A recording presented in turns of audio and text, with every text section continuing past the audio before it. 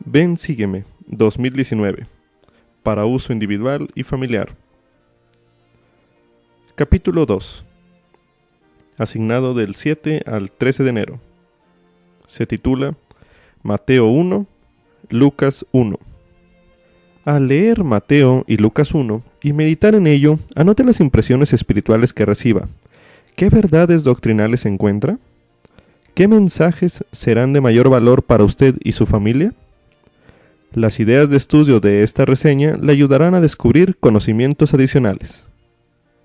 Era imposible desde una perspectiva terrenal. Una mujer virgen no podía concebir. Tampoco podría hacerlo una mujer estéril, que había pasado hace mucho la edad de procrear.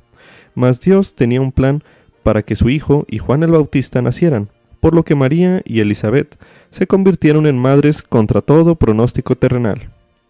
Sería útil recordar sus milagrosas experiencias cuando nos enfrentemos a algo que parezca imposible.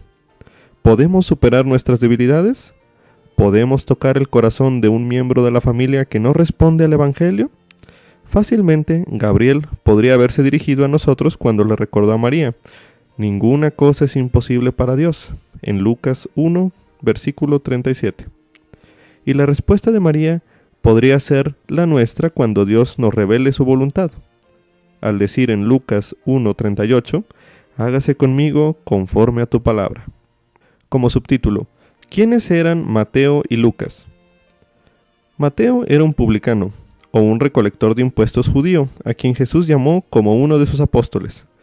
En Mateo 10:3 declara: Felipe y Bartolomé, Tomás y Mateo, el publicano, Jacobo hijo de Alfeo y Lebeo, por sobrenombre Tadeo.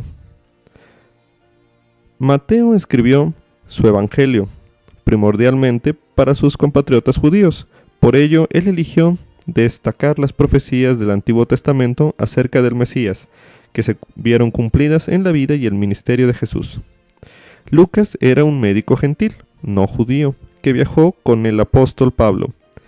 Él escribió su evangelio después de la muerte del Salvador y lo dirigió principalmente a una audiencia que no era judía.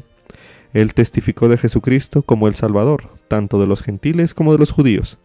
Él registró lo que relataban los testigos de los acontecimientos de la vida del Salvador, e incluyó más relatos en los que participaron mujeres, en comparación con los demás evangelios. Como título, ¿por qué fue necesario que el Salvador naciera de una madre mortal y un padre inmortal? El presidente Russell M. Nelson explicó que la expiación de Jesucristo exigía que un ser inmortal, no sujeto a la muerte, se ofreciera en sacrificio, pero también debía morir y volver a tomar su cuerpo. El Salvador era el único que podía llevar a cabo esto, pues había heredado de su madre la facultad de morir y de su padre el poder sobre la muerte. Como título, las bendiciones de Dios vienen en su propio tiempo.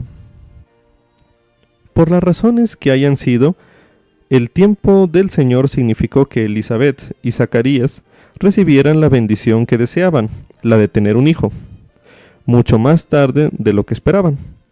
Si lleva tiempo esperando una bendición, o si pareciera que Dios no escucha sus oraciones, la historia de Elizabeth y Zacarías le servirá para recordar que Dios no se ha olvidado de usted. Él tiene un plan para usted, y Él siempre cumple sus promesas a sus santos fieles. Tal como prometió el elder Jeffrey R. Holland, algunas bendiciones nos llegarán pronto, otras llevan más tiempo, y otras no se reciben hasta llegar al cielo. Pero para aquellos que aceptan el Evangelio de Jesucristo, siempre llegan. ¿Cómo permanecieron fieles Zacarías y Elizabeth? Lo podemos leer en Lucas 1, versículos 5 al 25. Y dice así: Hubo en los días de Herodes, rey de Judea, un sacerdote llamado Zacarías, del grupo de Abías, y su esposa era de las hijas de Aarón, y se llamaba Elizabeth. Y ambos eran justos delante de Dios, y andaban irreprensibles en todos los mandamientos y estatutos del Señor. Pero no tenían hijos, porque Elizabeth era estéril, y ambos eran ya de edad avanzada. Y aconteció que, ejerciendo Zacarías el sacerdocio delante de Dios, según el orden de su grupo, conforme a la costumbre del sacerdocio, le tocó en suerte ofrecer el incienso al entrar en el templo del Señor. y toda la multitud del pueblo estaba afuera, orando a la hora del incienso. Entonces se le apareció un ángel del Señor, puesto de pie a la derecha del altar del incienso. Y al verle Zacarías se turbó y cayó temor sobre él. Pero el ángel le dijo: Zacarías, no temas, porque tu oración ha sido oída, y tu esposa Elisabet te dará a luz un hijo, y llamarás su nombre Juan. Y tendrás gozo y alegría, y muchos se regocijarán por su nacimiento, porque será grande delante del Señor, y no beberá vino ni sidra, y será lleno del Espíritu Santo aún desde el vientre de su madre. Y a muchos de los hijos de Israel hará volver el Señor su Dios, porque irá delante de él con el espíritu y el poder de Elías, para hacer volver el corazón de los padres a los hijos, y a los rebeldes a la prudencia de los justos, a fin de preparar para el Señor un pueblo bien dispuesto. Y Zacarías dijo al ángel: ¿Cómo sabré esto?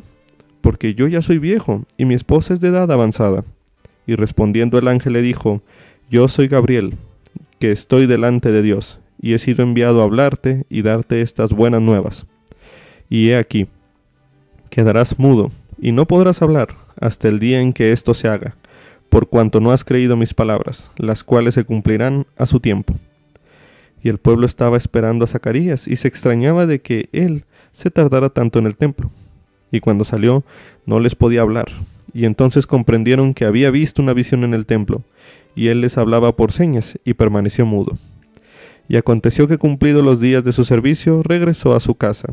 Y después de aquellos días concibió su esposa Elisabet, y se recluyó en casa durante 5 meses, diciendo: Así ha hecho el Señor conmigo en los días en que se dignó quitar mi afrenta entre los hombres. Y a Elisabet se le cumplió el tiempo de su alumbramiento, y dio a luz un hijo, y oyeron los vecinos y los parientes que Dios había hecho para con ella gran misericordia, y se alegraron con ella.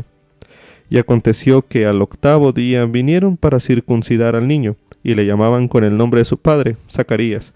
Y respondiendo su madre dijo: No, sino Juan será llamado. Y le dijeron: ¿Por qué? No hay nadie en tu parentela que se llame con ese nombre.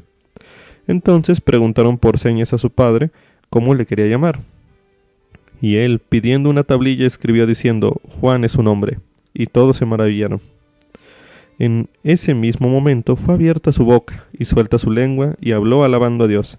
Y sobrevino un temor sobre todos los vecinos de ellos. Y en todas las montañas de Judea se divulgaron todas estas cosas. Y todos los que las oían las conservaban en su corazón, diciendo: ¿Quién pues será este niño? Y la mano del Señor estaba con él.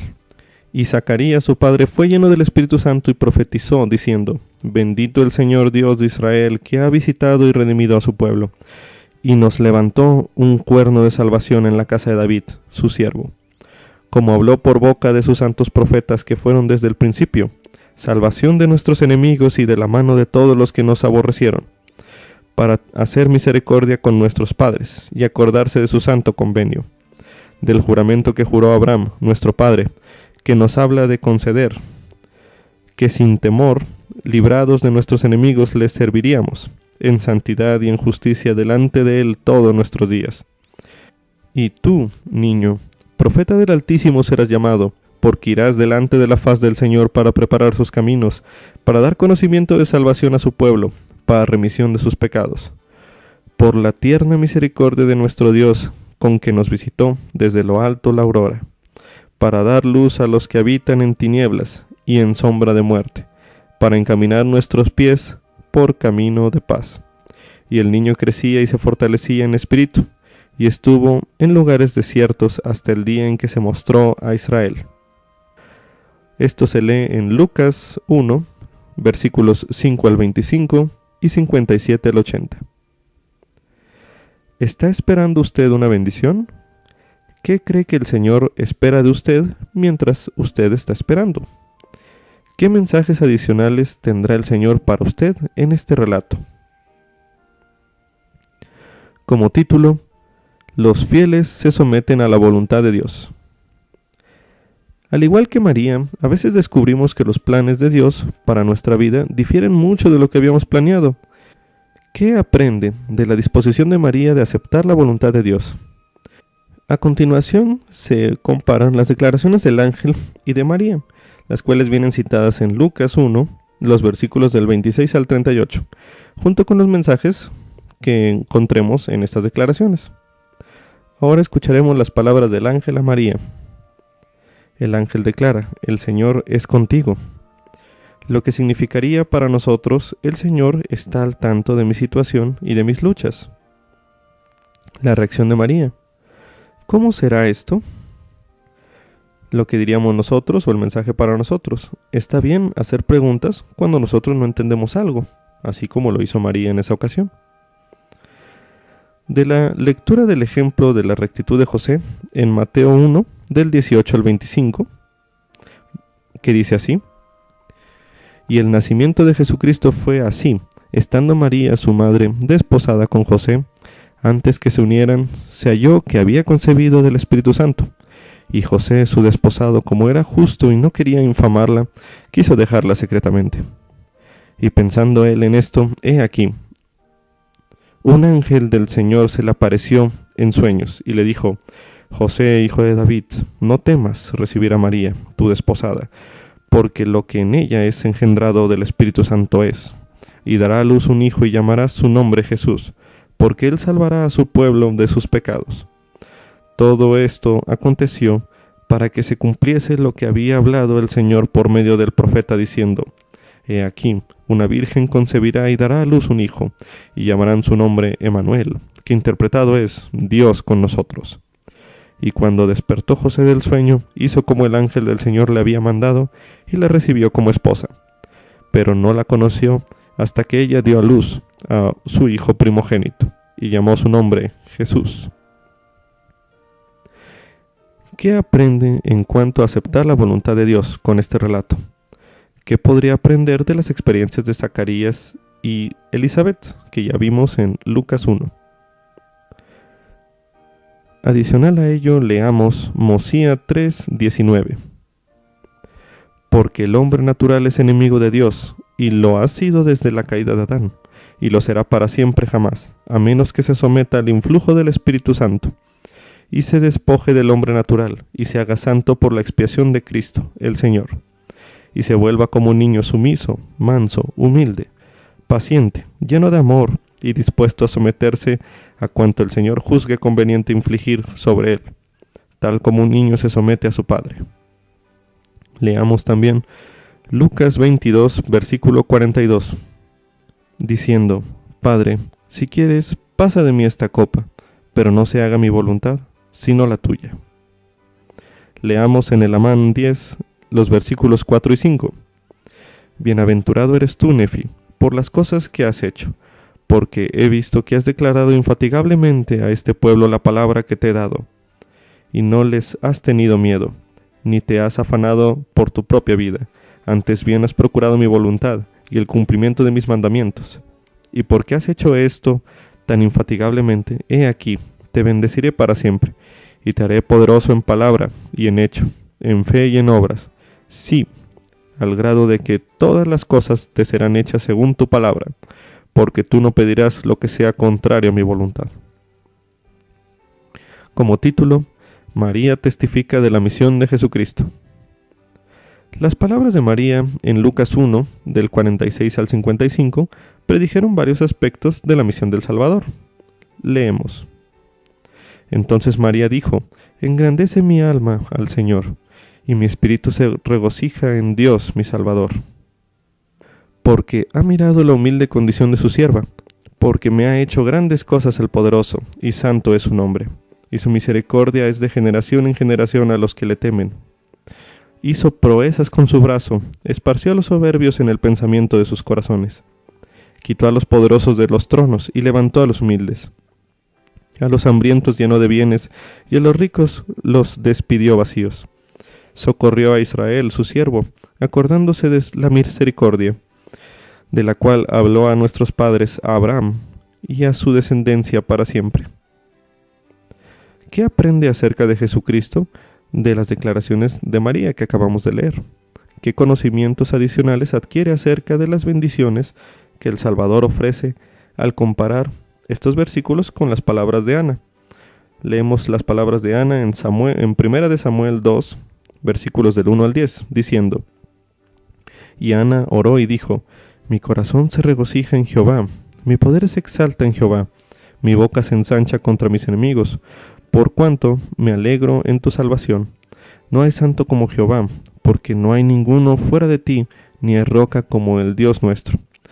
No habléis excesivamente de grandezas, cesen las palabras arrogantes de vuestra boca, porque Jehová es el Dios de todo saber, y a él le toca pensar las acciones.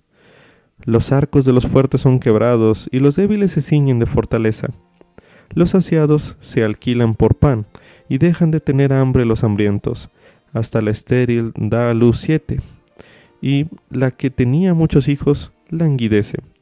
Jehová da la muerte y él da la vida, él hace descender al Seol y hace subir. Jehová da pobreza y da riqueza, abate y enaltece. Él levanta del polvo al pobre, y al menesteroso alza del muladar, para hacerlo sentar como con los príncipes, y heredar un trono de honor. Porque de Jehová son las columnas de la tierra, y él asentó sobre ellas al mundo. Él guarda los pies de sus santos, mas los limpios perecen en tinieblas, porque nadie será fuerte en su propia fuerza. Delante de Jehová serán quebrados sus adversarios, y sobre ellos tronará desde los cielos. Jehová juzgará los confines de la tierra, y dará fortaleza a su rey, y enaltecerá el poder de su ungido. Repito la pregunta: ¿qué conocimientos adicionales adquiere acerca de las bendiciones que el Salvador ofrece al comparar las palabras de María con las palabras de Ana? Y también con las bienaventuranzas de Jesús, que leemos en Mateo 5, del 4 al 14. Bienaventurados los que lloran, porque ellos recibirán consolación. Bienaventurados los mansos, porque ellos recibirán la tierra como heredad. Bienaventurados los que tienen hambre y sed de justicia, porque ellos serán saciados. Bienaventurados los misericordiosos, porque ellos alcanzarán misericordia. Bienaventurados los de limpio corazón, porque ellos verán a Dios. Bienaventurados los pacificadores, porque ellos serán llamados hijos de Dios. Bienaventurados los que padecen persecución por causa de la justicia, porque de ellos es el reino de los cielos. Bienaventurados sois cuando por mi causa os vituperen y os persigan, y digan toda clase de mal contra vosotros mintiendo. Gozaos y alegraos, porque vuestro galardón es grande en los cielos, pues así persiguieron a los profetas que fueron antes de vosotros. Que le enseñe el Espíritu conforme medita estos conocimientos. Medite un momento.